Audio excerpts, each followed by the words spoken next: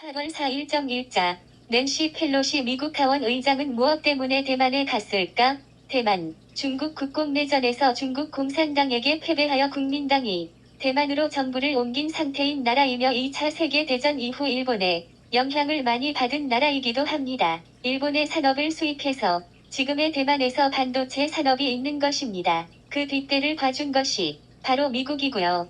미국은 자신들의 편을 만들기 위해서 일정 산업 부분에 특혜를 주는 나라를 선정해서 밀어줍니다. 그 영향에 있어 우리나라도 혜택을 받은 것이 사실입니다. 현재의 미중 갈등이 나날이 심각해지고 있는 상황인데도 불구하고 미국 의회의 하원의장이 대표격으로 대만을 방문하고 아시아 순방을 하고 있는 것입니다. 그리고 우리나라도 방문할 것으로 알고 있습니다. 현재 미국은 일본, 대만, 한국, 미국으로 구성된 칩4라는 반도체 협력체를 만들어 추진하고 있는 실정입니다. 여기에 아직 우리나라에서는 정확한 답을 내리지 못하고 있는 실정이고요. 왜냐하면 우리나라 반도체 수출에서 중국에 수출하는 비율이 60%나 차지하기 때문에 쉽게 결정을 내릴 수 없는 입장인 것입니다. 사실 2016년 사드 문제로 중국이 현안 정책을 펼칠 때 중국 관련 수출 및 수입 의존도를 낮추고 다방면으로 수출 방안을 마련해야 한다고 했는데 당장 눈앞에 수익이 필요하니 어쩔 수 없었을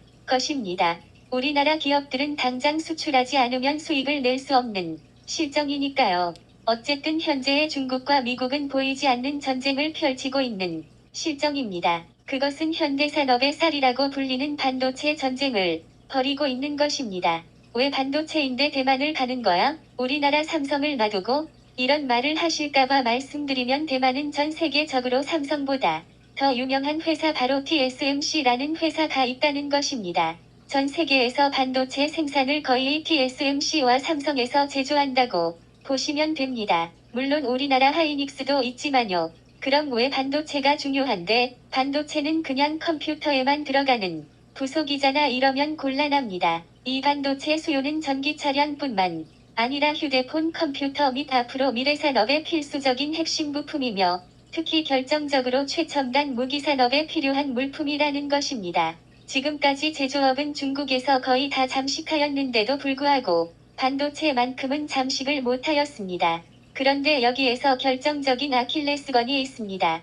중국은 반도체를 만들지는 못하지만 반도체를 구성하는 원소 물질 가운데 히토류라는 물질이 있습니다. 이것을 중국이 거의 전 세계적으로 독점하고 있는 실정입니다. 물론 전지구적으로 중국만이 가지고 있는 것은 아니나 물량이 중국이 가장 많다는 겁니다. 참 모순이 아닐 수 없는 실정입니다. 반도체는 못 만드는데 반도체를 만드는 중요한 원소는 가장 많이 가지고 있는 실정이니 어쨌든 그럼 미국은 중국과 잘 지내거나 마찰이 없이 지내야 자기 나라 산업과 미래 발전에 도움이 될 텐데 왜 지금의 시점에서 자꾸 중국의 심기를 건드리는 정책을 펼치는지 궁금하실 겁니다.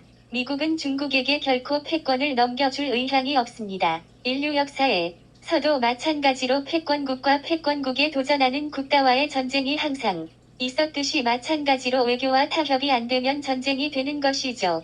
그런데 과거와는 다르게 현재의 패권국과 도전 패권국 간의 전쟁은 인류의 공멸을 초래할 수도 있는 상황이 될 수 있어 신중을 기해야 하겠죠. 살자고 하는 전쟁인데 다 같이 죽으면 안 되니 말입니다. 그래서 항상 패권국과 도전 패권국들은 완충지대를 원합니다. 자신들의 직접적인 개입을 통한 전쟁이 아니라 완충지대의 나라에서 간접전을 하는 것이죠. 이런 전쟁이 현재 러시아 우크라이나 전쟁이고 우리나라 6.25 전쟁이며 베트남 전쟁입니다. 현재 대만과 중국과의 갈등도 갈등이지만 미국과 중국과의 갈등도 이제는 간과할 수 없는 지경까지 갈 것으로 보여집니다. 이런 문제는 결국 어디에서 전쟁을 통한 문제 해결을 할 수밖에 없는 상황으로 갈 것입니다. 저번에도 말씀드렸듯이 러시아와 우크라이나 전쟁은 장기전으로 간다고 말씀드렸습니다. 그랬더니 아는 지인분은 뭔 뚱딴지 같은 생각이냐? 그러면 증시는 어쩔겨? 안 그래도 물려있는데 본전을 회복해야지 전쟁이 장기간으로 가면 안 돼, 라고 토로를 하시더군요. 하지만 겨울이 오기만을 학수고대하고 있는 나라가 바로 러시아입니다. 현재의 유로존의 경우에는 유로화의 상태를 보면 알 수 있습니다. 전 세계적으로 경기가 좋지 않은 상황으로 가고 있으며 특히 유럽의 유로화의 경우에는 달러 대비 1유로가 붕괴되면 유로존 자체가 붕괴될 수 있는 위기에 처해 있는 실정입니다. 그런 상황에서 겨울이 오고 러시아에서 에너지 관련 가스관을 잠그거나 동결 조치를 취한다면 유럽은 빙하기가 될 것입니다. 이 기회에 스위스와 이탈리아에서 녹아버린 만년설을 회복할 수 있다는 상상은 하지 마시기 바랍니다. 전쟁이 발발하라고 그리고 전쟁을 찬성하는 것은 절대 아닙니다.